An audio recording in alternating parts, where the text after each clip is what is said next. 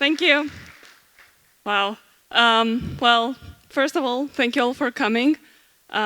This is just a bit about me. I'm an AWS community builder, and I'm a software engineer at the Lego Group.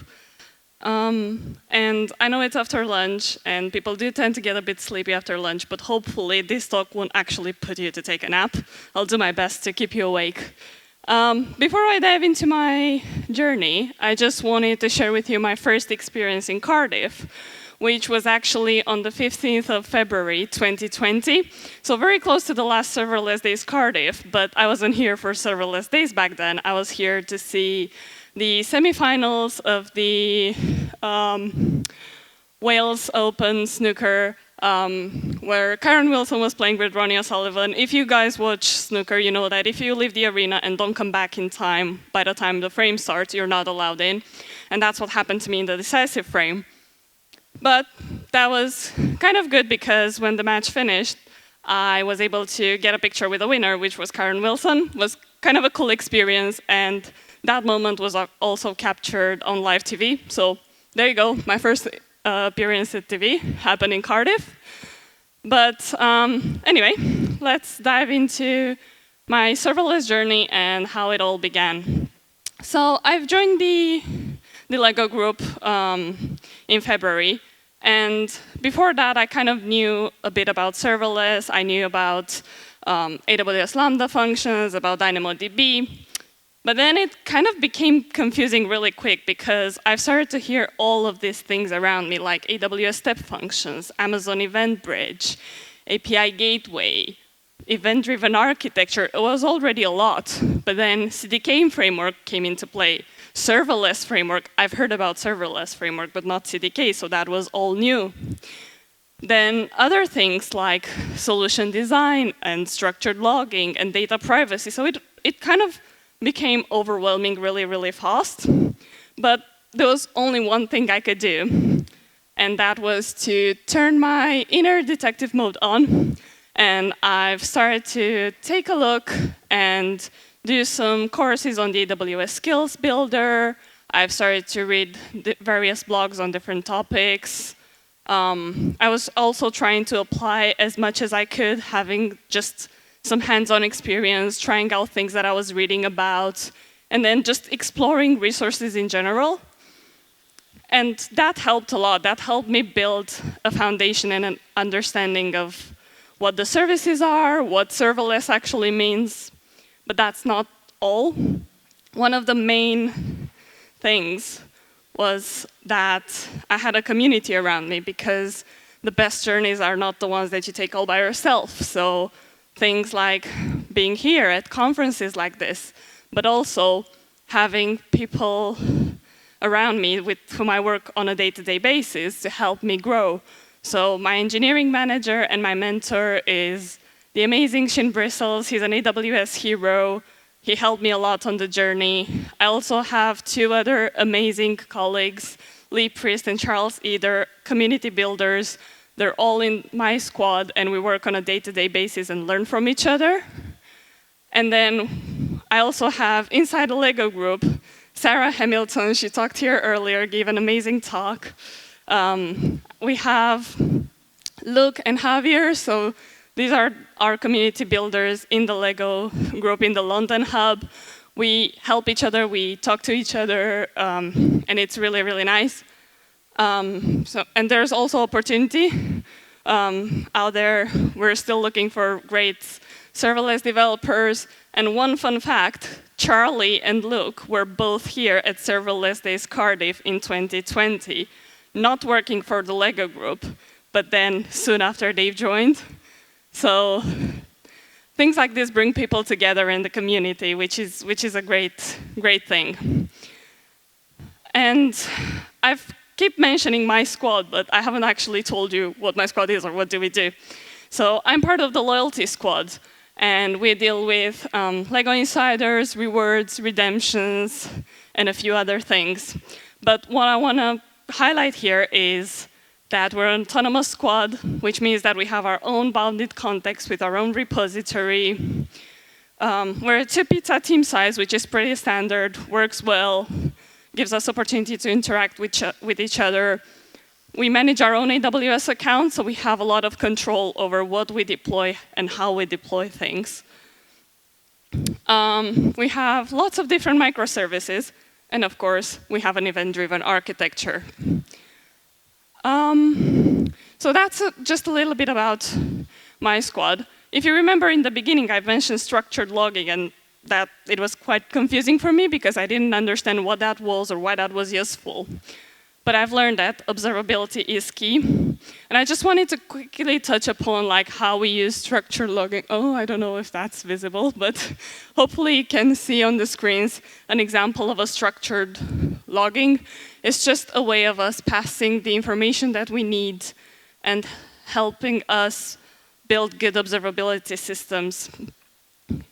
You can also have something like this where you pass on less details with a message, but the more details you pass, the better it is. And there are lots of benefits from that. But if you want to know more, I'll let you read my colleague's Lee's blog on observability. It's a really interesting read, and I definitely recommend checking it out. And the reason why I'm showing you this is because with structured logging like this, what we can do is we can build lots of different dashboards that can help us understand how our system is doing and where we can improve. It can also give us business insights, know how the business is doing. So there's a lot of value in building robust observability systems. And then another thing that I've mentioned is that I've learned a bit about solution design. And I didn't understand in the beginning why that is useful. Well, to understand solution design, you have to read a bit about it, which is why you have 2 QR codes here to read a bit about, more in depth about solution designs. But it also gives you the opportunity to take a step back and think of your design, explore different options, think of your event structures and your data modeling. If your system needs it, you can also think of threat modeling and what potential security threats you might have. So it gives you a bit of an opportunity to take a step back and weigh the pros and the cons of different services and decide what works best for you. It also gives you the opportunity to go out there and explore and learn a bit more. So I've done that, and I found it very, very useful, and it helped me gain a lot more understanding into serverless and how things work by doing solution designs. But there's also the learning hands-on bit, because we can read as much as we want about something, but at some point we just got to take the leap and just do things. So I'm not going to bore you with this too much, but I just wanted to show you this is a very simple step function. It gets triggered by an event coming off of the event bridge, and then it creates an SNS topic, subscribes someone to that topic, stores some details in DynamoDB, and then emits an event. And this is how I started my CDK journey, actually. So my team was already using the CDK framework. I didn't exactly know what that was, so I've decided that CDK is the way, so I'm going to give it a go. And I've just started to build the step function construct by construct. It's just, you can use things like call AWS service construct, which is quite a generic construct that you can use to call on different services.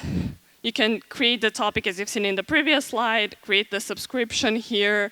The syntax is very similar to an SDK call. There are only some differences in terms of syntax as needed for step functions to work. As you can see here, passing a JSON path. But then you also have certain constructs that are provided in this SDK library for Dynamo put items. So they're kind of having a few more things out of the box so they can help you save some certain items into DynamoDB, or similarly put an event onto the event bus to build your event-driven architecture. And once you've built all these individual steps, to get to your CDK step function, you need to chain everything together and basically declare your step function, You also have to implement triggers and assign roles for it. And when I say implement trigger, just implement it, not like I did here with a to-do, because that wouldn't work. But yeah, so this is a very simple example of how you can get started, how you can go out there and explore and actually try to do something hands-on. And then once you've done all of these things or some of the things, when you feel like you're ready, just take off. So that's what I tried to do. I wrote my first blog. I went to Serverless Days Zurich and gave my first talk. And now I'm just waiting for a picture from today to update my slides. But that's going to come at a later point. And I just wanted to give you kind of like a recap of how my journey, what my journey looks like. So it all started in February 2023 when I joined the Lego group, and that was the official start of my serverless journey. Then in March, I've done my first deployment to production, which was quite scary for myself and probably for my team, though they didn't show it. They were very supportive. And I've done continuous deployments ever since. It was a good learning curve. Then in May, I think it was around May 4th, I've started to monitor our production workloads, which again exposes you to kind of a different side of things. You look at the dashboards, you kind of try to understand how your system works, where the failures are and why they're happening. So that's quite useful to do. In April, I've published my first blog, and then, as I've mentioned, in June, I took a leap and gave my first talk at Serverless Days Zurich. And then that was really nice because in August, I actually became an AWS community builder, which I was very, very delighted to find out. And now, what am I doing now? Well, now I'm working with the enterprise data platform, which is another challenge, but it's an exciting one. So that's always nice to take on new challenges. And then before I let you all go, just kind of like some journey highlights from me to anyone that wants to start their serverless journey. First of all, be brave, be curious, learn through play, try things out, do them yourself, see how it turns out. Don't forget that the community is at the core of every serverless journey. CDK can be quite challenging, but it is a rewarding journey, and I do recommend people trying it out. And last but not least, when you're ready, just take off, do whatever it is that you want to do to kind of make sure that your journey continues to progress. And if you follow these steps, I think you can just build your serverless journey brick by brick. Thank you.